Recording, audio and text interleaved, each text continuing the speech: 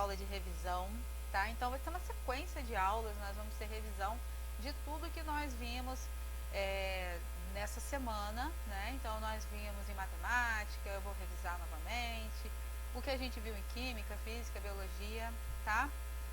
Então vamos falar do que a gente falou, do que a gente viu em química, não é? Então o capítulo, o nome dele, né, fazendo referência ao material utilizado, né, como base, lembrando que o material só vai ser usado depois, mas a gente vai se baseando nos conteúdos abordados no livro, que é o capítulo por dentro da matéria. Então eu achei mais pertinente passar esse início para vocês, mostrando primeiramente o modelo atômico atual, a história do modelo atômico até os dias de hoje, né? Ou seja, tudo que passou até a gente conhecer o modelo atômico mais aceito. Os elementos químicos, né, e os átomos da tabela periódica, e a tabela periódica em si, a sua organização, por que ela é desse jeito, o que tem nela, suas propriedades, tá bom? Sem se aprofundar muito, porque assim, esse início de semana, né, que a gente retornou às aulas, a gente faz realmente uma revisão de conteúdos, mas em química não tem como a gente fugir muito, a gente tem que falar desses assuntos, né? E ao decorrer do curso, né, ou seja, ao decorrer aí desse ano, do 9º ano de Química, vocês vão sentir que esses contextos, assim, esses nomes diferentes, tudo que está sendo muito diferente para vocês agora, vão ficar assim, cada vez mais fácil de compreender, conforme vocês vão estudando de forma gradual, tá bom? Então, não fica com medo não, vai dar tudo certo. Então, vamos lá, eu preparei ali um resuminho do que a gente tinha visto, da questão dos modelos atômicos. Antes da gente começar, só uma informação, esses conteúdos, a gente tem uma aula digital na plataforma, se eu não me engano, ou é na quinta ou na sexta, ou 11 ou 12, mas tem uma aula digital com o PDF desses conteúdos todos, tá bom?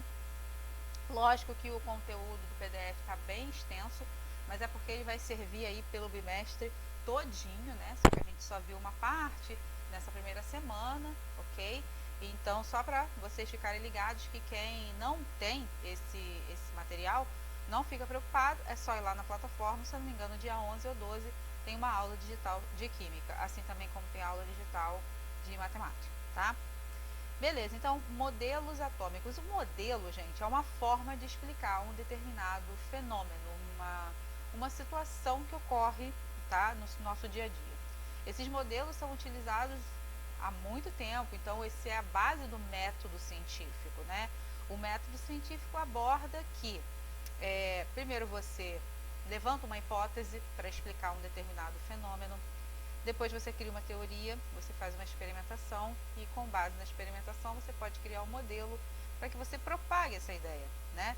E aí a comunidade científica vai avaliar, vai experimentar, vai testar e se tudo der certo, está explicado ali aquele determinado fenômeno, né? Até que outro modelo possa substituir, né, ele, se for provado também. Na ciência tudo é provado, né, gente? Tudo é experimentado, nada é no mundo das ideias do achismo, né?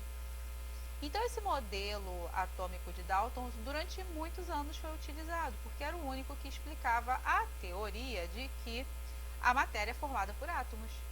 Então tá, sabendo que átomo é a menor unidade, né, de constituição da matéria, vamos voltar um pouquinho. O que é matéria? É tudo, gente.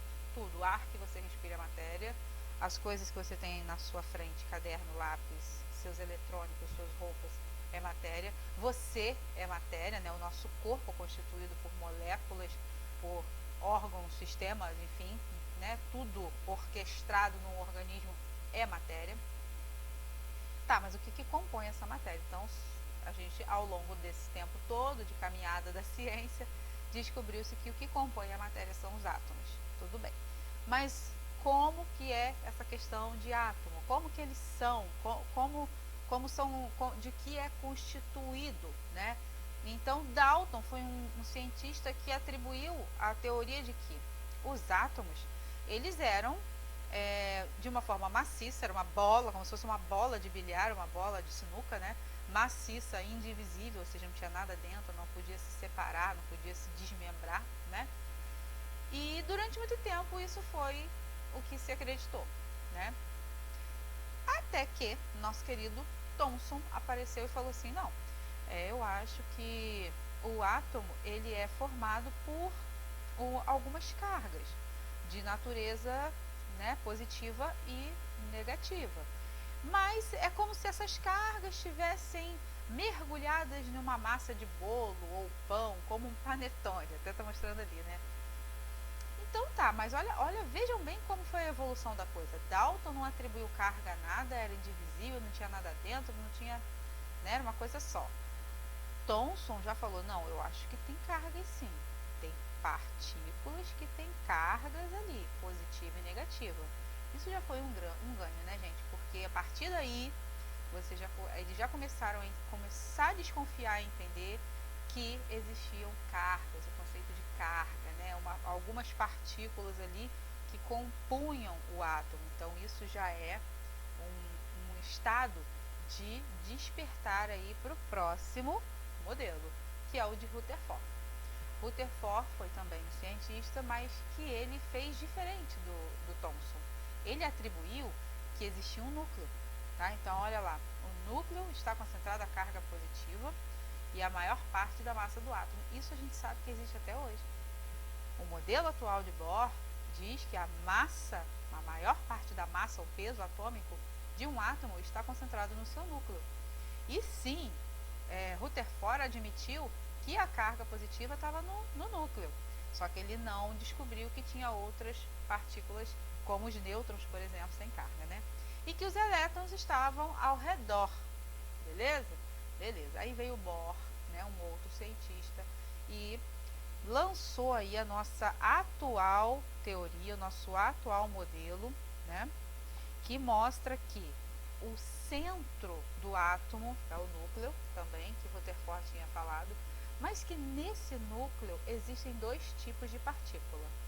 Uma partícula que é positiva, chamada próton, e uma partícula sem carga, que é chamada nêutron. Ao redor deste núcleo está viajando partículas menores, com massa bem menor, com carga negativa, chamadas elétrons. E esse modelo é o modelo que nós nos baseamos até hoje, tá? É o modelo atômico de Bohr, tá bom? Depois disso que eu mostrei para vocês, eu peguei essa imagem só para a gente fazer uma comparação, porque o livro, ele também mostra um modelo atômico, só que tipo achatado, né? Então temos o modelo de Bohr, né, que é como se fosse tridimensional, os elétrons assim viajando ao redor do núcleo, mas existe também o modelo meio achatadinho, né, também do mesmo cientista, né, que a gente assume dessa forma. Mas aqui, gente, tem uma diferença que vocês vão compreender ela mais à frente, que são as camadas, tá? As camadas eletrônicas, que vocês vão conhecer que existem inúmeras, tá? E isso é muito, muito importante para poder entender a questão, principalmente das ligações químicas, que nós vamos entender depois, tá? E aí, depois desse assunto, o que eu resolvi apresentar para vocês? A tabela periódica, né, dos elementos. A tabela periódica, ela tem um porquê de se chamar dessa forma, né? Ela tem uma função. Que função é essa? Bom, tabela periódica significa o quê? Tabela, modo de organização, ó, começa por aí. A gente pode organizar informações, dados, números, enfim, de diversas maneiras, né? A gente pode escrever simplesmente, a gente pode tabelar, a gente pode colocar em gráficos.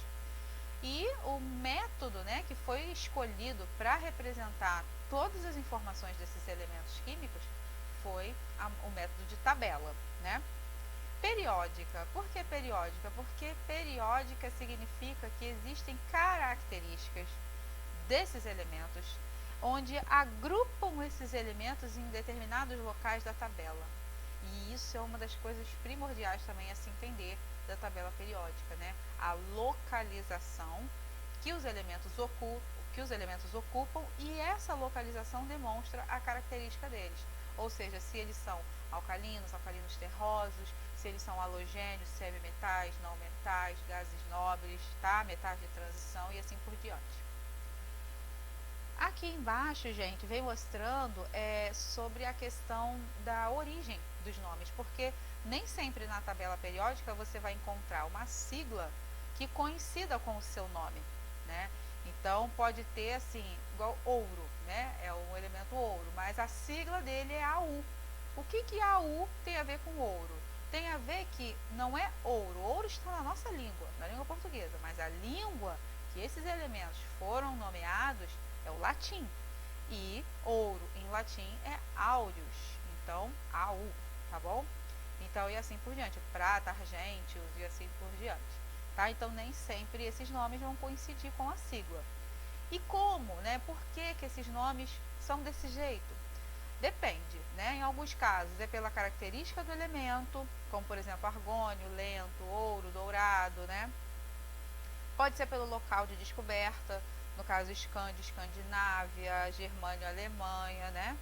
Ou ainda pode ser pelo cientista que descobriu esse elemento, tá bom? E aqui vem a nossa querida tabela. Eu vou mostrar primeiro a tabela que está lá no livro de vocês, na página 301, né? Isso mesmo, página 301. Esse modelo aqui de tabela, gente, é um modelo que está com legenda e dando para vocês todas as informações. Ou seja, tem lá, em verdinho fluorescente, tem os não metais, não é isso? Não metais, olha lá, primeira legendinha. Quem compõe os não metais? Hidrogênio, carbono, nitrogênio, oxigênio, fósforo, enxofre e selênio, tá? São esses pintadinhos desse verde fluorescente. Depois vem gases nobres, esse azul, né, escuro. Alcalinos, essa primeira aqui, do lítio até o frâncio. Alcalinos terrosos, do berílio até o rádio. Depois vem metais de transição, essa parte do meio aqui, que é um laranjinha claro, né, enfim. Depois vem esses em verdinho, tá vendo aqui, ó, que são os semimetais, tá? Não são...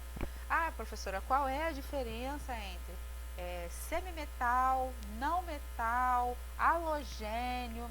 Então, vamos lá, vamos compreender aqui. Para ser considerado metal, ele precisa atribuir uma série de características, como a presença de brilho, capaz de ser dúctil, né? Ou seja, você consegue moldar em fios, por exemplo, brilho, enfim, um monte de características que a gente considera um elemento como metal. Só que durante esses tempos todos aí de tabela periódica, foi se pesquisando, nem todos os elementos, né, eles poderiam, o que não é metal, né, estou dizendo assim, nem todos os que eram não metais poderiam ser agrupados num grupo só. Existiam diferenças, por exemplo, entre o bório e o alumínio, entre o silício e o galho. Eles são não metais, né? Tudo bem, mas eles têm diferenças entre eles, né? Eu não posso classificar da mesma maneira, eles não são iguais, nem obedecem às mesmas características, por exemplo, o bromo e o selênio são diferentes. Então, por isso, eles foram classificados e agrupados de maneira diferente também, tá? Então, temos aí esses aqui do flúor, né, até o astato, esses são os halogênios. Depois aqui esse verdinho, né, o verdinho mais escuro, os semimetais e outros metais aqui do alumínio, índio, enfim, esse que está pintadinho de azul claro, tá? Então, a partir disso, gente, o que vocês têm que saber é como que a gente vai se achar na tabela. Então, o que pode ser perguntado para vocês? Um exercício onde escreva os elementos que são considerados metais alcalinos. Então, você vai lá na tabelinha e fala assim, onde é que estão os alcalinos? Do lítio até o frâncio. Então, quem são os metais alcalinos? Lítio, sódio, potássio, rubídio, césio e frâncio, tá? Ou então pode ter uma questão, verdadeiro ou falso. Verdadeiro ou falso? O neônio é um metal de transição? Então, você olha, ó, neônio no azul. É um metal de transição? Não. Então, é falso, tá? Então, é o tipo de coisa que pode ser perguntado aí no decorrer dos exercícios que a gente vai fazer, tá? E a outra opção, né, que eu tinha falado para vocês, a outra tabela, ela mostra como essa tabela é disponibilizada para vocês nas provas, por exemplo. Então, nas provas que vocês vão fazer, Enem, prova de concurso, prova de bolsa, provas que a gente for fazer presenciais, ou até mesmo as provas que a gente for fazer ao vivo, né? Essas provas, o que vai estar disponível para vocês é uma tabela desse jeito. Ela não vai ter as cores, as legendas. Isso subentende-se que o aluno vai, ao longo do tempo, memorizando, tá bom? E aí, outra coisa que eu passei para vocês na aula e que é de extrema importância é a caracterização em linhas e colunas, tá? Os elementos, eles são classificados através de famílias ou grupos, que são essas colunas, ou seja, os elementos agrupados um em cima do outro. E existem numerações para isso, né? Se você olhar aqui a tabela de cima, em cima dos elementos tem sempre um número, né? Então, ó, família 1, família 2, 3, 4, 5, 6 e assim por diante. E os elementos também estão agrupados em linhas, ou seja, em períodos, tá? Ou seja, tem o primeiro período, o período 1, segundo, período 2, período 3, 4, 5, 6 e 7, porque são 7 linhas que a tabela periódica possui, tá? E esses elementos que ficam aqui embaixo, gente, são a série dos lantanídeos e dos actinídeos, tá? Então, olha bem aqui na tabela que vocês vão entender.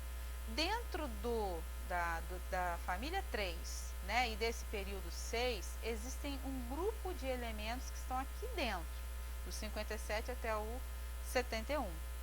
E esses elementos são chamados de lantanídeos. Por que eles têm esse nome? Porque o primeiro elemento que está aqui na fileirinha é o lantânio. Então, chamou esse grupo todo de lantanídeos. E o de baixo, do 89 ao 103, são os actinídeos, ou seja, porque o primeiro da fileira é chamado actínio, tá? E é justamente também o que está na outra tabela, na questão da legenda, né? Então, gente, por hoje é só, a gente só viu até essa parte, né? Então, eu resolvi fazer esse resumo com vocês. Existe o material digital, né? Ou seja, a aula digital que eu disponibilizei com esse material todo. E é só para vocês poderem reviver esse contexto, quem não entendeu, ver novamente, ou ainda quem não pôde comparecer à aula, pode ver essa videoaula, e aí a gente vai tratar esse conteúdo aí direitinho, tá bom? E nas aulas das semanas seguintes, a gente só vai continuar o estudo da tabela, tá? Se aprofundando cada vez mais. E é isso, meus amores. Ó, grande beijo para vocês. Fiquem com Deus. Até a nossa próxima aula, tá? Beijo, beijo.